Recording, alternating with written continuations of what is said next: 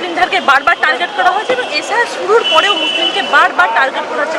কি বিজেপি কি মুসলিমকে জুজু দেখাতে চাইছে এসআইআর নামে? দেখুন, এসআইআর নিয়ে যেটা আমাদের প্রথম থেকে বক্তব্য যে মৃত ভোটার এবং ভুয়ো ভোটারকে বাদ দেওয়াটাই আমাদের মেন লক্ষ্য, এবং এটা নিয়ে অনেকদিন ধরেই আমরা বলে আসছিলাম, এবং সেইটা করার জন্যই স্বচ্ছ প্রক্রিয়ার থ্রু দিয়ে যাতে ইলেকশন কমিশন এই কাজটা করতে পারে তা নিয়ে আমরা বারবার বলে আসছি। এবারে মুসলিমদের নিয়ে বিজেপি একটা রাজনীতি করতে চাইছে, এবং তার বাইরে তার ঊর্ধ্বে যদি আমরা উঠতে পারি, ইলেকশন কমিশন যদি স্বচ্ছভাবে কাজটা করতে পারেন, তাহলে আমরা বিশ্বাস করি পশ্চিমবঙ্গে একটা সুস্থভাবে একটা গণতন্ত্র ফিরে আসবে এবং মানুষ তাদের ভোটাধিকার আবার নতুন করে ফিরে পাবেন। এই যে ছাপ্পা ভোট ইত্যাদি দিনের পর দিন হতো, তা একটা কমানো যাবে বলে আমার বিশ্বাস।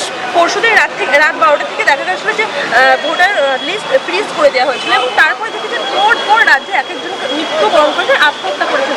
এরকম পরিস্থিতি, দেখুন, এটা হচ্ছে মানুষকে ভুল বোঝানোর জন্য এই কাজটা হচ্ছে। দিনের পর দিন মানুষকে যে এনআরসি সিএ যে জুজু দেখানো হয়েছে, তার কারণে এই ঘটনাগুলো ঘটতে পারে। আমি ঠিক জানি না ওনারা কেন আত্মহত্যা করেছেন ইত্যাদি, এখনও আমার কাছে পরিষ্কার নয়।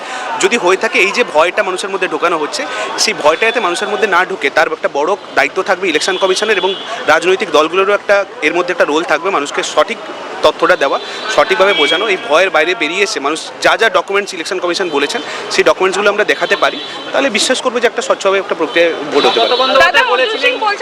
ব্যারাকপুরে 400-রও বেশি পাকিস্তানি আছে, কি বলবেন? তো ওনার কাছে যদি কোনো ডকুমেন্ট থাকে, উনি ইলেকশন কমিশনকে দেখাক। উনি তো দিনের পর দিন দেখেছি ওই হিজাব পরে মাথায় নিয়ে ঘুরতেন দিনের পর দিন। তো ওনার কাছে যদি কোনো এরকম কিছু ডকুমেন্ট থাকে, উনি যান, উনি ইলেকশন কমিশনকে তথ্যগুলো দিক এবং ওদেরকে বার করতে অর্জুন সিং এগিয়ে আসুক সামনে। মমতা বন্দ্যোপাধ্যায় বলেছিলেন আমার মৃতদেহের উপর থেকে এসআইআর করতে হবে, এসআইআর তো হয়ে গেল। জানি না উনি এখন বেঁচে আছেন কিনা, উনি বেঁচে থাকুক এটাই আমরা চাইবো। তবে ইলেকশন কমিশন যে কাজটা করছেন, তাতে আমার বিশ্বাস মমতা বন্দ্যোপাধ্যায় এতে সাহায্য করবেন, তাদের কর্মীদেরকে উল্টোভাবে লিলিয়ে দিবেন না। যেমন অভিষেক বন্দ্যোপাধ্যায় বলেছেন বাড়ি গেলে নাকি বাপ ব্যাপান্তর করতে হবে, যারা বিএলওরা আসছেন, এটা না করে যদি স্বচ্ছভাবে মানুষ তার ডকুমেন্টটা দিয়ে দেয়, আমার বিশ্বাস সঠিকভাবে একটা। অভিষেক বন্দ্যোপাধ্যায় একই সঙ্গে বলছেন যে যাই করে নিক, আর গতবারের থেকে আসন সংখ্যা আমাদের বাড়বে। দেখুন, আমি কোনো জ্যোতিষবিদ্যা আমার পারদর্শী নেই, হয়তো অভিষেক বন্দ্যোপাধ্যায় আছে, উনি হয়তো এটা বলতে পারবেন। তবে যদি স্বচ্ছ ভোট হয়, তাহলে আমার বিশ্বাস যে তৃণমূল কংগ্রেসের ভোট অনেকটাই কমবে এই অংশে, আমার তাই বলে মনে হয়।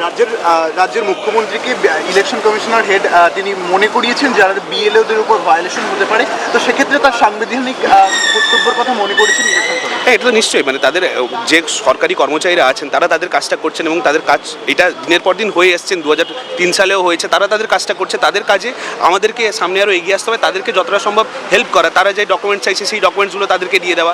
উল্টে এটা না করে যদি তাদের বিরুদ্ধে লেলিয়ে দেওয়া হয় মানুষকে, যে ওরা বাড়িতে এলে ওদের বাপ বাপান্তর করুন, ওদেরকে খিস্তি খাস্তা করুন, এগুলো যে অভিষেক বন্দ্যোপাধ্যায়রা বলে আসছেন, সেটা না করে মানুষ স্বচ্ছভাবে তাদের যে কাগজগুলো চাইছেন তাদেরকে দিয়ে দিক, এবং তার বাইরে যদি কোনো কাগজ বিএলওরা চায়, তখন তাদেরকে প্রশ্ন করুক, তাদের আইডেন্টি কার্ড দেখার চেষ্টা করুক। এর বাইরে আমি মনে হয় না কিছু বলার কোনো দরকার। অভিষেক বন্দ্যোপাধ্যায় বলছে জ্ঞানেশ কুমারের বাবার সার্টিফিকেট আছে কিনা, অমিত শাহের বাবার যেমন সার্টিফিকেট আছে। এগুলো ওনারা রাজনৈতিক কথাবার্তা বলছেন, এগুলোর মধ্যে আমরা ঢুকবো না। তবে আমার বিশ্বাস যে ওনাদের আছে, এবং ওর একটা সাংবিধানিক একটা পদে আছেন, ওনারা ওদের কাজ করছেন, সেই কাজে আমাদেরকে সাহায্য করাটাই আমাদের কর্তব্য বলে আমি মনে করি। অভিষেক বন্দ্যোপাধ্যায় ডিজিটাল যোদ্ধা নিয়োগ করেছে বাংলায়, তৃণমূলের বিরুদ্ধে কি অপপ্রচার চলছে অন্যান্য ইউটিউবার বা অন্যান্য? দেখুন, সব রকম দলের একটা ডিজিটাল যোদ্ধারা আছেন, সবাই তাদের মতো কাজ করছেন। ভোটের আগে এটা তৃণমূল কংগ্রেস করবেন। যারা এখন তৃণমূলের বিরুদ্ধে একটা বড় হাওয়া সোশ্যাল মিডিয়াতে চলছে, সেগুলোকে কাউন্টার করার জন্য ওরা তৈরি করেছেন। তাতে এতে বিশেষ কিছু লাভ হবে বলে আমার মনে হয় না।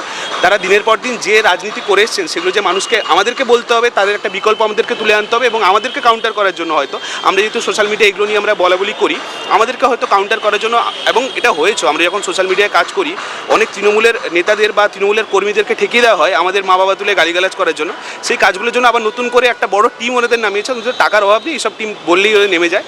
সেই কাজগুলো হয়তো করার জন্য করেছেন। তবে মানুষ হয়তো এবারে বুঝবেন, অন্তত দিনের শেষে এরা বুঝতে পারবেন যে তৃণমূল কংগ্রেস কী দুর্নীতি করে এসছেন, সেটা যে আমরা বলতে পারছি, এবং তার বিরুদ্ধে যে মানুষ ভোট দেবে, এটা বলে আমার বিশ্বাস। জাস্টিস ফর প্রদীপ কর স্লোগান তুলেছেন অভিষেক বন্দ্যোপাধ্যায়, জাস্টিস ফর আর্থিক স্লোগানটাও চুরি করতে হলো না, উনি তো ওনাদের নিজেদের আজ অবধি আমি জানলাম না যে ওনাদের নিজের কোনো দলের কোনো এরকম স্লোগান আছে কিনা তৈরি করা। এই মমতা বন্দ্যোপাধ্যায় জিন্দাবাদ ছাড়া বাকি সব স্লোগান এসএফআই স্লোগান থেকে চুরি করা, সেটা সিপিএম থেকে স্লোগান থেকে চুরি করা। এমনকি বিভিন্ন সময় দেখেছি বিজেপির অনেক স্লোগান চুরি করেছে, এমনকি রাজন্না হালদারের মতো মেয়েরা মঞ্চে দাঁড়িয়ে অনেক বিপ্লবী নেতাদেরও স্লোগান চুরি করতো। চুরি করাটা ওদের কাজ দিনের পর দিন।